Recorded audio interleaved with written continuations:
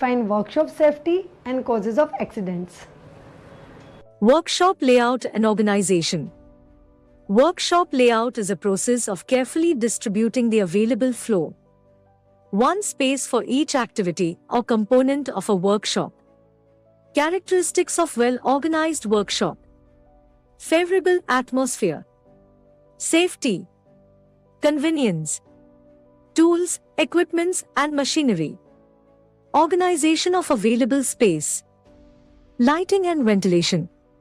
Steps to be followed to prepare a workshop layout are as given below. Actual available floor space of workshop to be measured and scale drawing must be prepared.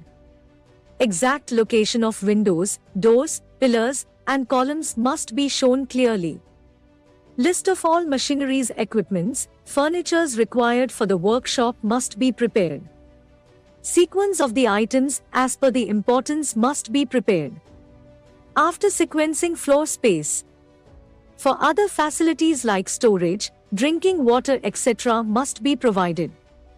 Sufficient open space in and around the heavy machinery must be provided. After completing the above steps, care must be taken to see that floor space needed for each item has been properly estimated and represented floor space area occupied by each individuals is on the same scale. Provision must be made for future expansion of the workshop by following the above steps. One can prepare a good workshop layout. Workshop management. A well-equipped workshop is essential for imparting training. Everything in the workshop must be properly arranged in such a way that they are easily available, but it is not sufficient if things are arranged at once and later on ignoring it. Hence, to become successful instructor, mere planning a workshop is not only sufficient, but maintaining it with good management is very important. Factors that an instructor should keep in mind for efficient management of training activity are given below. Cleanliness. Floors must be free from oil, grease, water and other slippery things. Before leaving the workshop premise, the evening care should be taken to check if everything is in order for the next day. Individuals must keep their work area clean and tidy. Tools and equipments. Tools and equipments must be cleaned and kept in their respective places. Scrap and waste materials. Scrap and waste materials should be collected and disposed immediately. Instructor. Instructor should be the best example by keeping the workshop neat and tidy. Advantages of workshop layout. Floor space can be used economically. Possible convenience and inconvenience problems can be seen before and solved. Care and maintenance of materials. Tools and equipments must be cleaned and checked regularly. Stock registers are also necessary. There should be proper arrangement for storage of tools and equipments. Everything must be replaced in their own and respective place after use. Generally, tools will be displayed in a board called toolboard. Maintenance and repair of tools and equipments. Maintenance of equipments are classified into two types. Before going out of order. This is known as preventive maintenance of equipment. The equipments must be checked regularly. By doing this, some minor defects caused during practical can be rectified immediately without any delay. A maintenance schedule must be made. An instructor should see that it is being followed properly. After going out of order. This is known as corrective maintenance. When equipment goes out of order, it is a foremost duty of an instructor to report it to the concerned authorities. Experts from the related field should be called to get tools rectified. Remedial action taken to rectify the same should be recorded in the history sheet provided along with the machine. This will also serve as a source of reference for future. 5S for workplace organization. 5S is a systematic approach to workplace organization. This 5S concept quality parameters of workplace organization methodology uses a list of 5 Japanese words which are Seiri, Seiton, Seiso, Seketsu, and Shitsuke. Translated in English, they all start with the letter S. The list describes how items are sorted, stabilized, systematically cleaned, standardized, and sustained. 5S is the brainchild of Hiroyuki Hirano of Japan, is widely considered as being the basis for lean manufacturing as it is concerned with stability and standardization to bring about improved safety, quality, delivery performance, and cost control. The 5S quality parameters are Fig 1. 1. Sort Seri. Sort out what is needed and get rid of what isn't. 2. Set Seton. A place for everything and everything in its place. 3. Shine Say So. Clean and maintain so always looks like new. 4. Standardize Seiketsu. Make it the standard and follow discipline. 5. Sustain Shitsuke. Audit the system and improve it. Workshop safety and causes of accidents. Trainees are required to work on machines which are power-driven and runs at a high speed. While working on such a machine, there is a possibility of accidents. There are various causes for accident like ignorance, carelessness, fatigue, improper clothing, etc. The topic defines workshop layout and organization with its management. Explain 5S concept and its application. Define workshop safety and causes of accidents. I hope you have understood this topic, and in our next video we will learn new exciting concept. Till then, take care.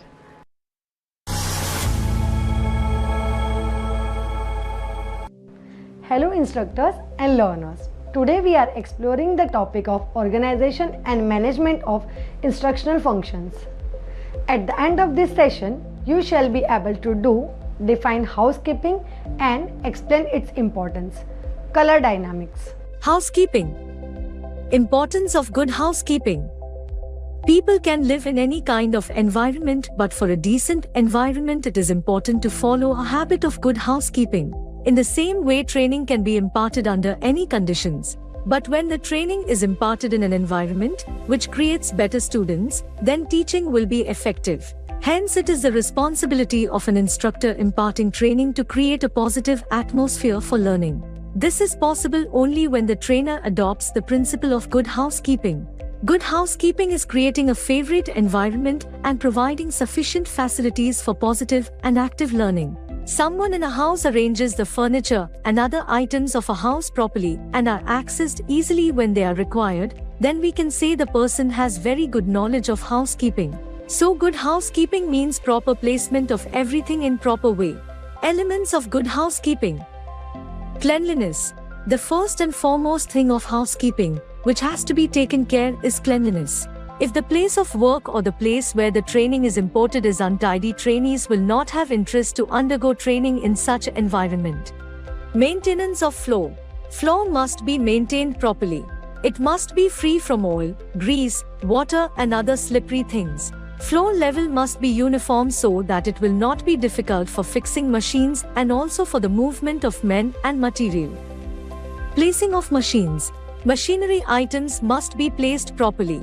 In running condition, the machines should not cause any sort of damage to the person moving around the machine. Care should be taken to see that heavy equipment has proper foundation. Overcrowding in one place to be avoided.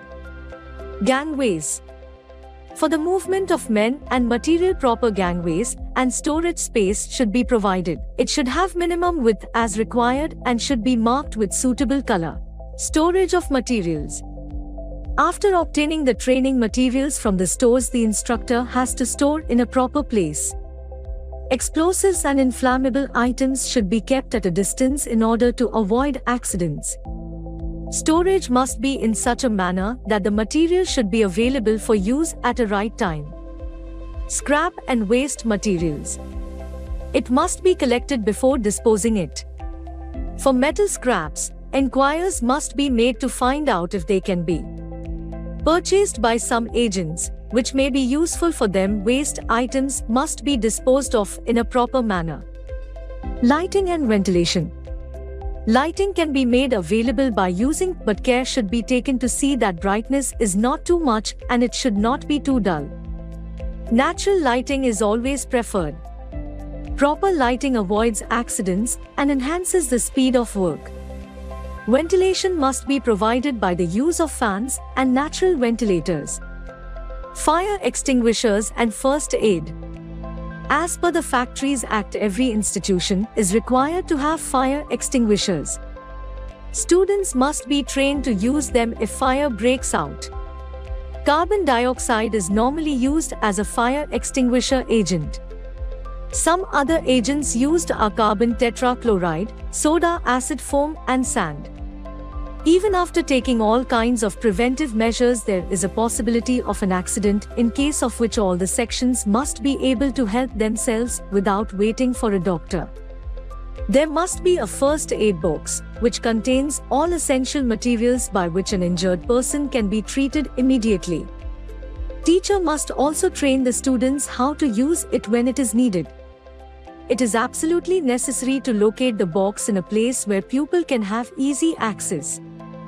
Finally, it can be said that a training workshop should be designed keeping in view of all the above aspects, which will be an ideal place for imparting training. Color dynamics. Proper color treatment of all the surrounding and workplace contributes greatly to the efficiency, safety, and general welfare of the trainees. Well-chosen finish on the ceiling, walls and equipment help to produce good visible condition and a pleasant, cheerful working environment which encourage high standard of cleanliness and housekeeping. Simple schemes in pale colors are usually the best choice for workshops and classrooms. Large areas of vivid colors appear attractive at the first but may become distracting when one has to work around them all day. Restrained treatments are more likely to give lasting satisfaction. More elaborate decoration is satisfactory in non-working areas such as foyers, corridors, etc. These can be enlivened by colorful posters, charts, etc. Colors are classified as warm and cool according to their effect. Colors derived from yellow-red sector of the color circle are producers of warm illusion. On the other hand, a scheme based on colors from the pale or blue-green sector give a cool effect. They make hot conditions seem a little more tolerable. Under average conditions, warm and cool colors can be used in combination with pleasing results. Apart from this, the light reflecting property of the colors is very important. White reflects 100% while black reflects 0% light. Ceiling and roof surface. These should always be made as near as possible white shades because light reflected from them spread evenly throughout the interior and reduces distracting glitter from shining surface. It is also a color providing cooling effect in tropical climates. Wall and floors. White surface at or below eye level become glaring. Hence, pale colors with reflectance of about 75% is suitable for normal walls and about 50% when the wall is strongly lit. Color of the floor should be much darker than the walls.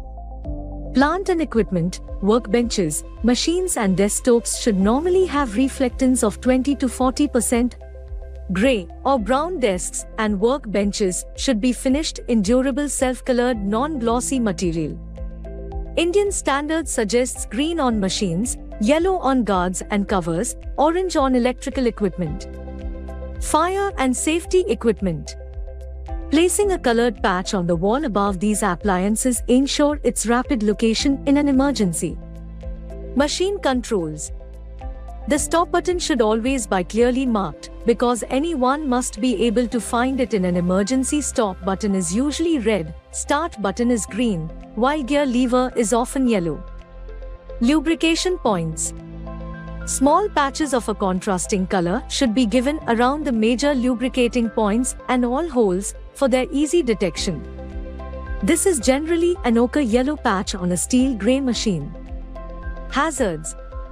Colors should be used when the hazard cannot be provided with guards. Usually, red color is used. The topic defines how to define housekeeping and explain its importance and about color dynamic. I hope you have understood this topic, and in our next video we will learn new exciting concept. Till then, take care.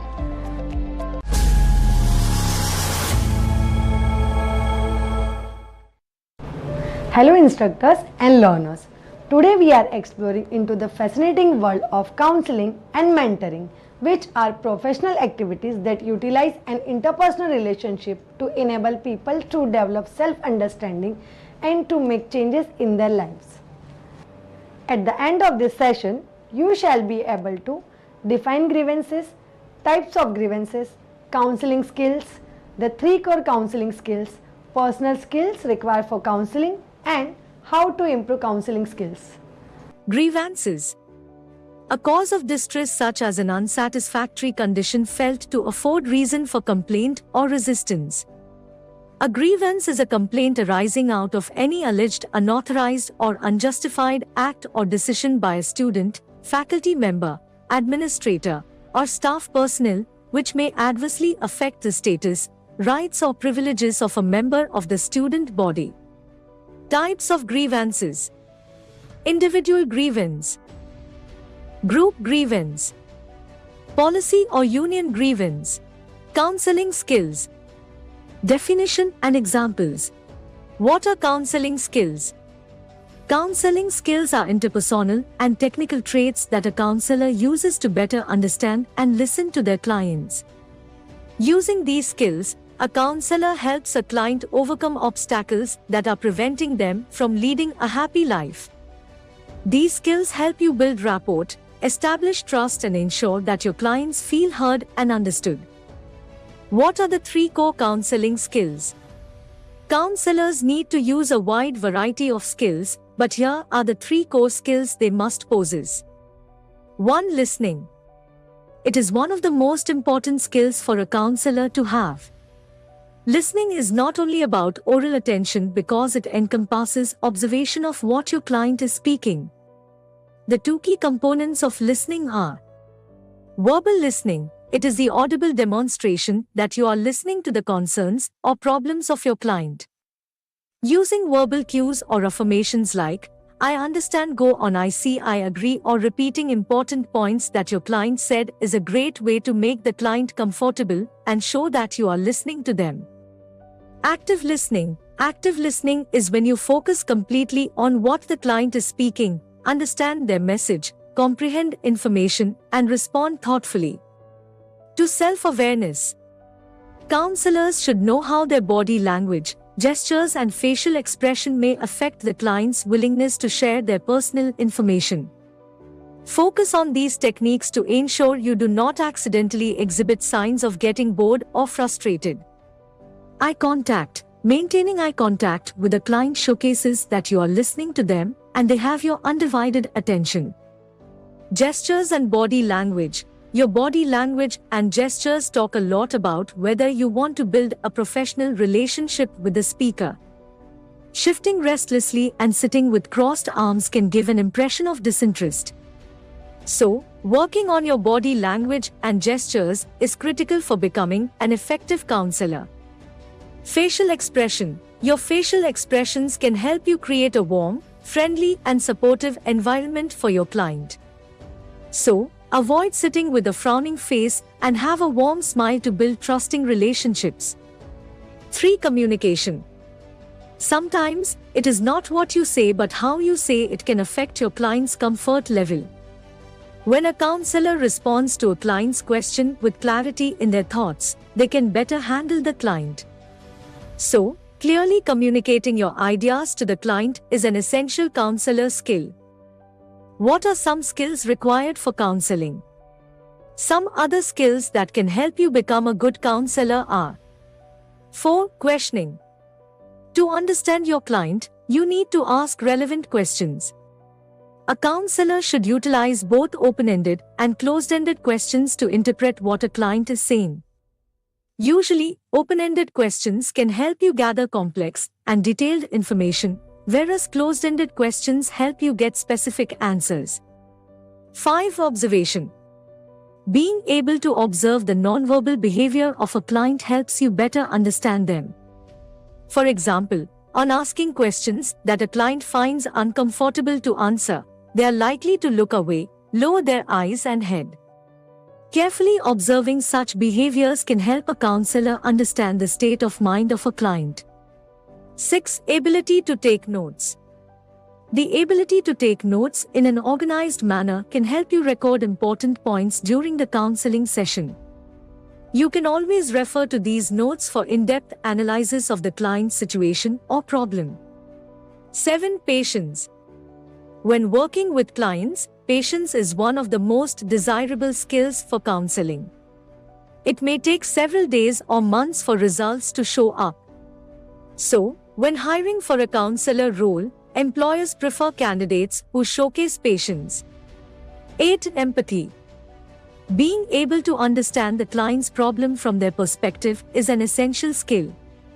Empathetic counselors can quickly help a client overcome their problems. 9. Respect for confidentiality.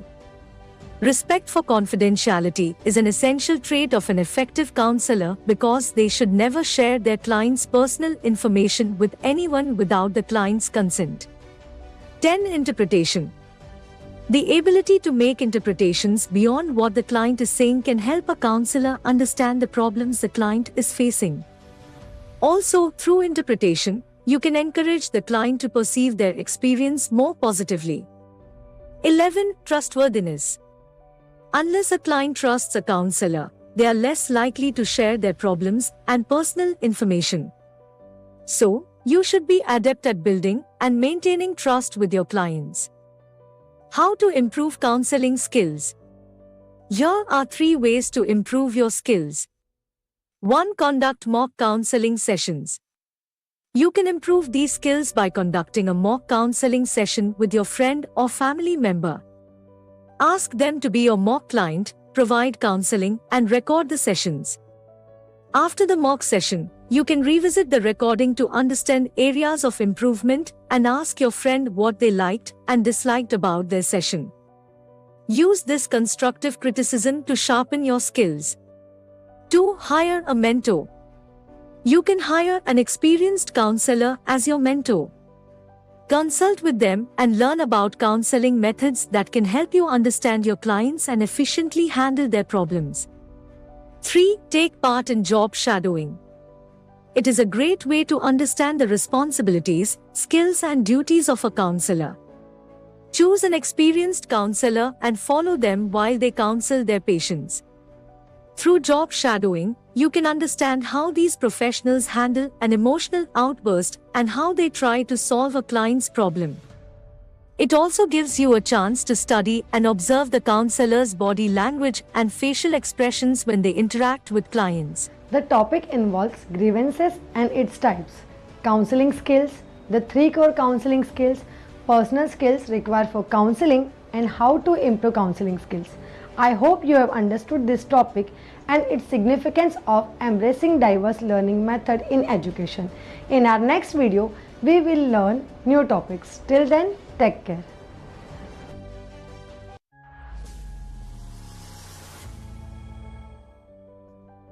Hello instructors and learners. Today we are exploring into the fascinating world of counseling and mentoring, which are professional activities that utilize an interpersonal relationship to enable people to develop self-understanding and to make changes in their lives. At the end of this session, you shall be able to learn SWOT analysis, which means strengths, weaknesses, opportunities, and threats, and tips to crack interview. SWOT analysis. It is a strategic planning tool used to identify and evaluate the strengths, weaknesses, opportunities, and threats involved in a business venture, project, or in a particular context. It is a comprehensive framework used by organizations to assess internal and external factors affecting their current situation and future potential. Here is an overview of each component of a SWOT analysis. Strengths. These are the internal attributes and resources that provide an organization with an advantage over others. Identifying strengths involves looking at what the organization does well. This could include areas such as a strong brand, skilled workforce, unique products or services, superior technology, or efficient processes. Examples: communication, self-confidence, financial background, no bad habits. Weaknesses. These are internal factors that place the organization at a disadvantage compared to others. Identifying weaknesses involves understanding areas where the organization needs improvement. This might include issues such as lack of resources, outdated technology, poor management, or any internal limitations that hinder the organization's growth. Examples: overconfidence, seriousness, tit for tat, for general knowledge. Opportunities. Opportunities refer to external factors that could be beneficial to the organization if leveraged properly. These are the areas where the organization can potentially grow or improve. Opportunities could arise from market trends, technological advancements, changes in consumer behavior, or untapped markets. Examples: various opportunities from service industry and IT fields. Threats. Threats are external elements that could potentially harm the organization's performance or its existence.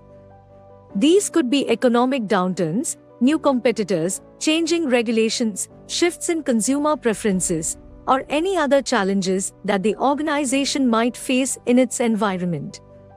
Examples: overconfidence, playful behavior. Tips to help you crack an interview. Here's a detailed breakdown of the tips to help you ace your interview. 1. Research the company. Go through the company website, understand their products, services, mission, and values. Look for recent news, press releases, or any information about their future plans or initiatives. Check out their social media profiles to understand their culture, recent events, and any community involvement. To know the job description. Carefully read the job description and note down the key skills and qualifications required. Prepare examples from your experiences that showcase your proficiency in those areas. Make a list of your own questions about aspects of the job that aren't clear from the description. 3. Prepare common questions. Craft a concise, engaging introduction about yourself, emphasizing experiences relevant to the role. Practice discussing your strengths and weaknesses. Focus on how you've improved or managed your weaknesses. Be ready to explain why you want to work for the company and why you are a good fit. 4. Practice behavioral questions. Use the STAR method to structure your responses: situation, task, action, result. Think of various scenarios from your past experiences that demonstrate problem solving, teamwork, leadership, etc. Tailor these stories to highlight qualities sought after for the job. 5. Highlight your achievements. Prepare specific examples of your accomplishments, focusing on quantifiable results. Explain how these achievements align with the requirements of the job you're applying for. 6. Ask questions. Inquire about the company's future plans, team dynamics, or any recent challenges they've faced. 7. Dress appropriately. Research the company dress code and aim to dress slightly above that standard if you're unsure. 8. Arrive early or log in early for virtual interviews. Plan to arrive or log in at least 10-15 minutes before the scheduled time. 9. Body language and tone. Maintain good posture, make eye contact, and offer a firm handshake if it's an in-person interview. 10. Follow up. Send a thank you email or note expressing gratitude for the opportunity. The topic involved SWOT analysis with tips to crack interview. I hope you have understood this topic and its significance of embracing diverse learning method in education. In our next video, we will learn new topics. Till then, take care. Module number 1.10.01. Topic name: Entrepreneurship Development. Friends, now we will study about how to set up a small business with the help of flow sequence diagram. To set up a small business, there are total 8 checkpoints to be considered, which helps evaluate the business idea and sustainability of the same. These 8 steps are: 1. Business plan. 2. Financial planning. 3. Product description. 4. Marketing strategy. 5. Customers. 6. Competitors. 7. Operations. 8. SWOT analysis. Business plan. This is the first and very crucial step in setting up a small business. A business plan helps you define your business idea, goals, and objectives. It provides a roadmap that outlines how you intend to achieve these goals. This document serves as a guide, helping you stay focused on your business's mission and vision. Financial planning.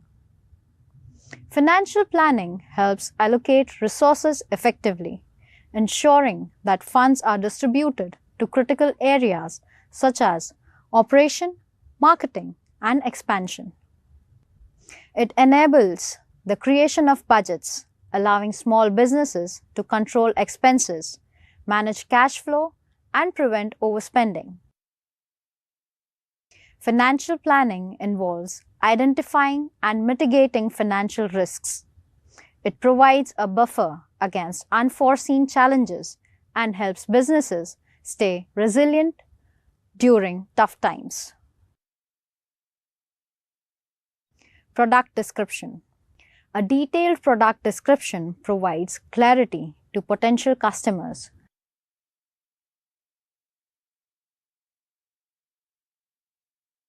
helping them understand the features, benefits, and unique selling points of your product. It serves as a communication tool, allowing you to effectively convey the value of your product to the target audience, fostering better understanding and engagement. A well-crafted product description highlights what sets your product apart from competitors. It helps create a unique selling proposition, USP, and positions your offering in the market. Marketing strategy. A well-defined marketing strategy raises awareness of your small business, ensuring that potential customers know about your products or services and understand what makes them unique. It also helps in many areas like customer acquisition, competitive edge, brand building, and revenue generation.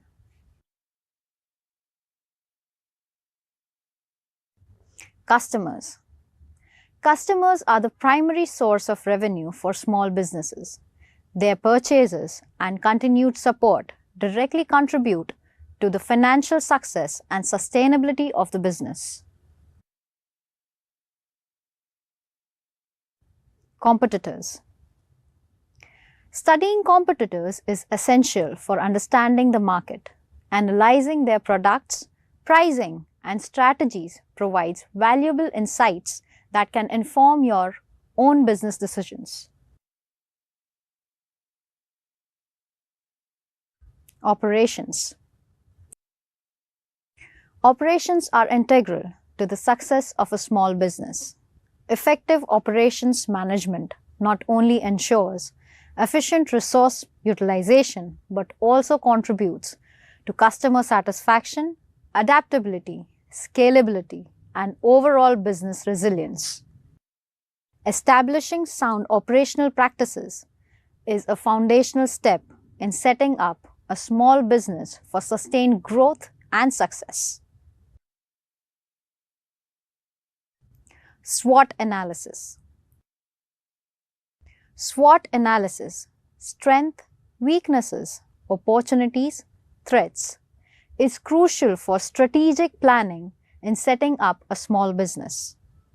It helps identify internal strengths and weaknesses and external opportunities and threats. This is how a small business setup should be considered. Friends, Now we will take a case study as example of a successful entrepreneur. Case studies are in-depth investigations of a single person, group, event, or community over a period of time. Case study is a process or record of research in the development of a particular person, group, or situation over a period of time. Friends, let's have a brief outlook into how a case study is done. Typically, for doing a case study, data is gathered from a variety of sources and by using several different methods like observation and interviews.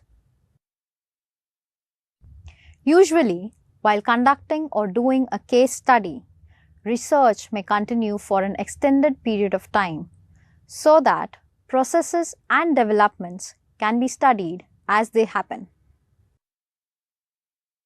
It is interesting to note that case study research method actually originated in clinical medicine, that is, through the method of taking the patient's case, personal history. The case study method often involves simply observing what happens to or reconstructing the case history of a single participant or group of individuals, such as a school class or a specific social group. Case studies allow the researcher to investigate a topic in far more detail than might be possible if they were trying to deal with a large number of research participants with the aim of better results. The case study in itself is not a research method, but researchers select methods of data collection and analysis that will generate material suitable for case studies. Let us take the example of a successful entrepreneur, Narendra Murkumbi, the owner of Renuka Sugars. As an innovative entrepreneur, Narendra Murkumbi sold the shares of his company to sugarcane farmers and bought old, unused sugar factories in 1998 to start his own sugar factory. Narendra spent a lot of time in studying the technology and the plant modifications to not only get sugar but also power from sugarcane fiber. He became the first entrepreneur to set up a sugar refinery in India in 2005. Today, the worth of his company, Renuka Sugars, is approximately 2,000 crores. If an enterprise set up by an entrepreneur is not able to deliver quality, then it will not succeed. We just saw the example of Narendra Murkumbi's enterprise, where he delivers quality product and services.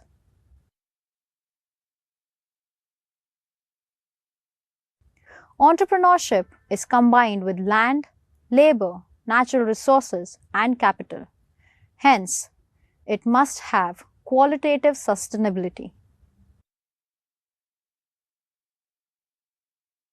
Entrepreneurs take lot of risks, innovate with methods, services, and products, and also bring in a lot of positivity in their outlook.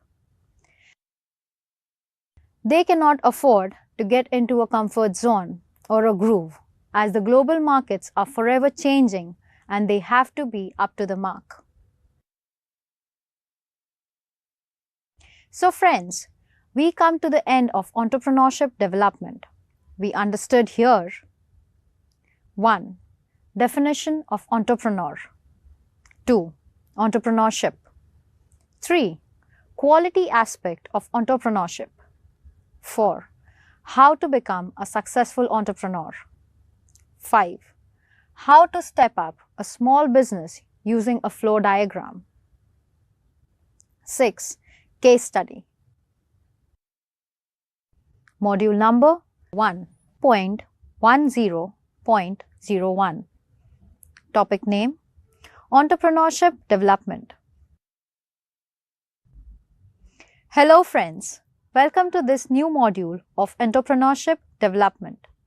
In this module, we will learn the following: definition of entrepreneur, entrepreneurship, how to become a successful entrepreneur, setting up a small business with a flow sequence diagram, case study, example of success story, quality aspect in entrepreneurship.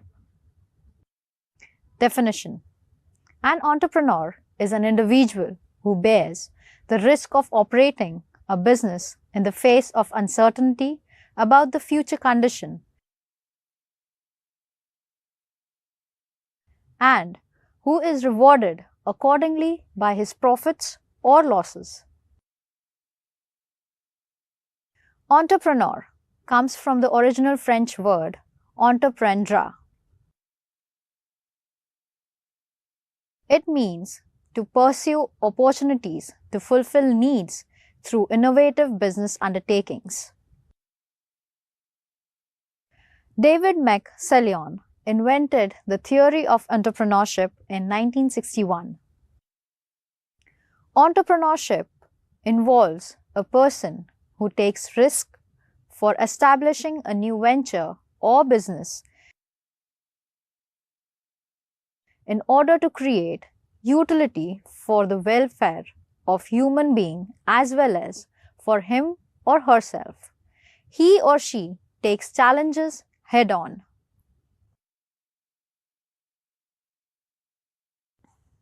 Entrepreneurship is the process of designing, launching, and running a new business.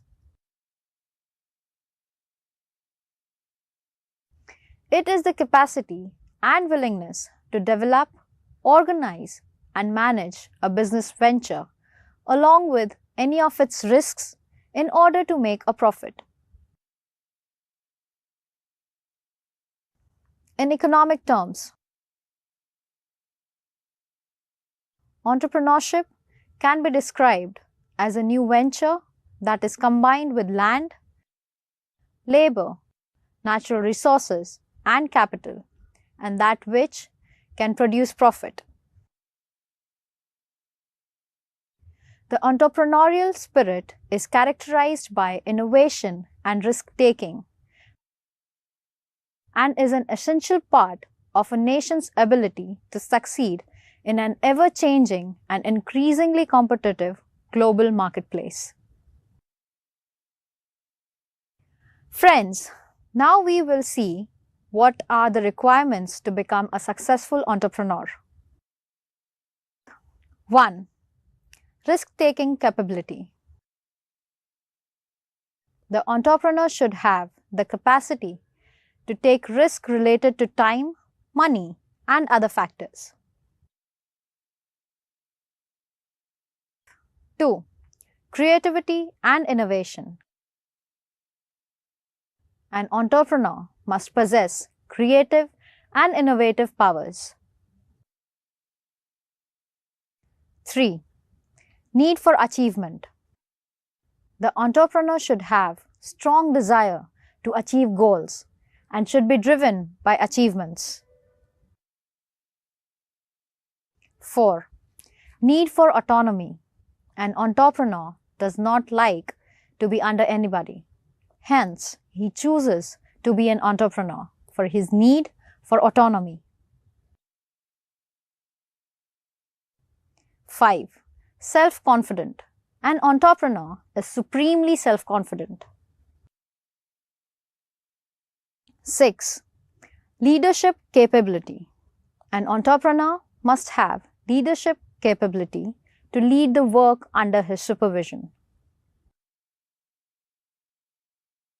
7. Decision-making capability. The entrepreneur must have capability to take quick decisions. 8. Adaptability.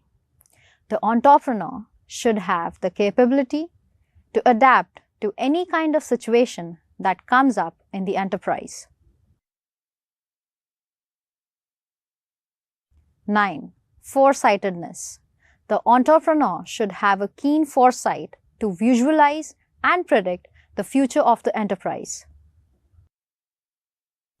Apart from all the qualities of a successful entrepreneur that we just discussed, there are a few other also that he or she must possess. An entrepreneur should have dynamism, ambition, education, frequent trainings, long-term involvement, future orientation, and the ability to stick to his or her mission. Module number 1.11.01. Topic name: ICT and Internet. Hello friends, in this module we will learn about ICT and Internet. Internet. Email application. E-learning. Digital skills app. LMS tools. Bharat Skills website. What is Internet? The Internet is a global system of interconnected computer networks that use the standard Internet Protocol suite, often called TCP or IP, to serve billions of users worldwide. Internet is a network of networks that consists of millions of private, public, academic, business, and government networks of local to global scope that are linked by a broad array of electronic, wireless, and optical networking technologies.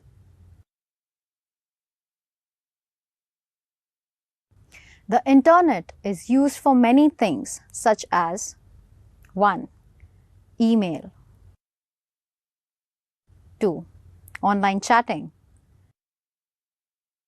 3. File sharing and transferring. 4. Entertainment. 5.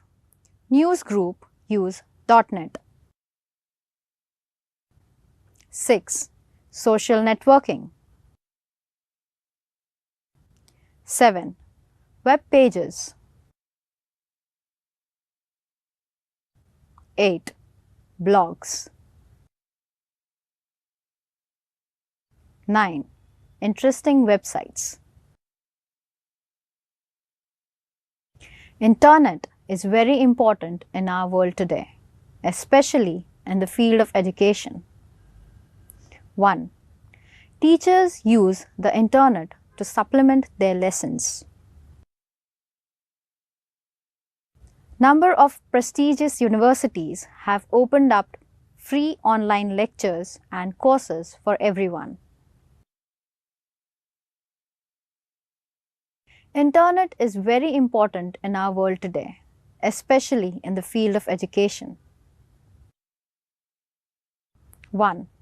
It allows retired teachers to read and educate children in poorer countries.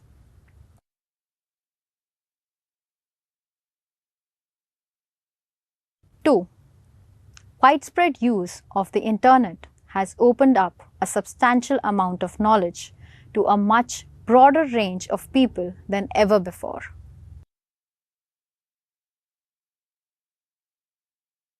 Internet enhances education in many ways. 1. Teachers can make use of the Internet by giving students extra resources and material from the Internet, such as interactive lessons and educational games. 2. Many college courses use a hybrid model where many lessons are done online, requiring fewer in-class meetings.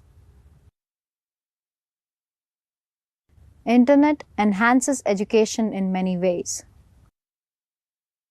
This saves students from having to commute to the campus with heavy textbooks every day. 4.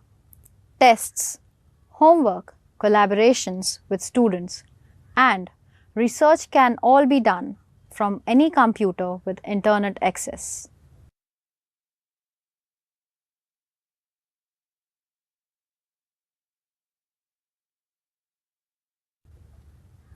5. Even for non-hybrid classes, the internet is used as addition to normal studies. Email application facilitates transmission and downloading of information, communication and interaction with the teachers and peers. This will help complete a coursework or course of instructions. E-learning. Many organizations, industrial houses, business houses, government and private sector have been using internet for delivering education and training at a distance. These are typically done in the form of lectures on videos or through emails and access to e-library. Through e-learning, a learner anywhere from far away to the next door neighbor can be taught virtually. Digital Skills App. IT has influenced our everyday life in a big manner. Electronic devices, computers, and multimedia are aspects we use every day almost. There are many applications or apps that facilitate these functions. LMS tools. Learning management systems are used by universities and other organizations for the following functions. 1. Providing information. 2. Registration. 3. Payment of fees. 4. Distribution of learning materials. 5. Library services. 6. Lectures. 7. Seminars. 8. Submission and evaluation of assignments. 9. Taking exams. 10. Trainer-learner interaction.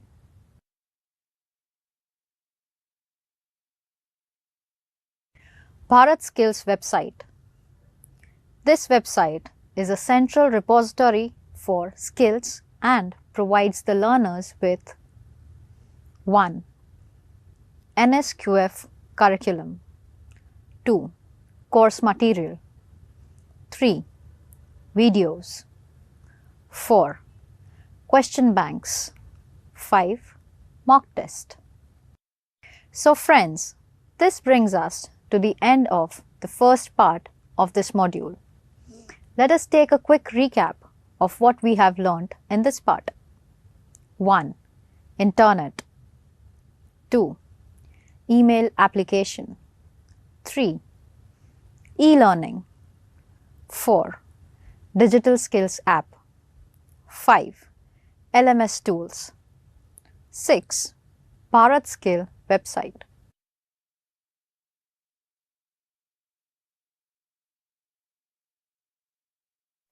नमस्कार, मैं दिव्यांशी चौहान। नमस्कार, मैं भगवती जबनाल। आप सभी का CSC कड़ी की तीसरी चर्चा में आपका स्वागत करते हैं। हमने अभी तक बात की सीएससी सेवाओं के बारे में, जिसमें त्यागी सर ने हमें सीएससी का एक ओवरव्यू दिया।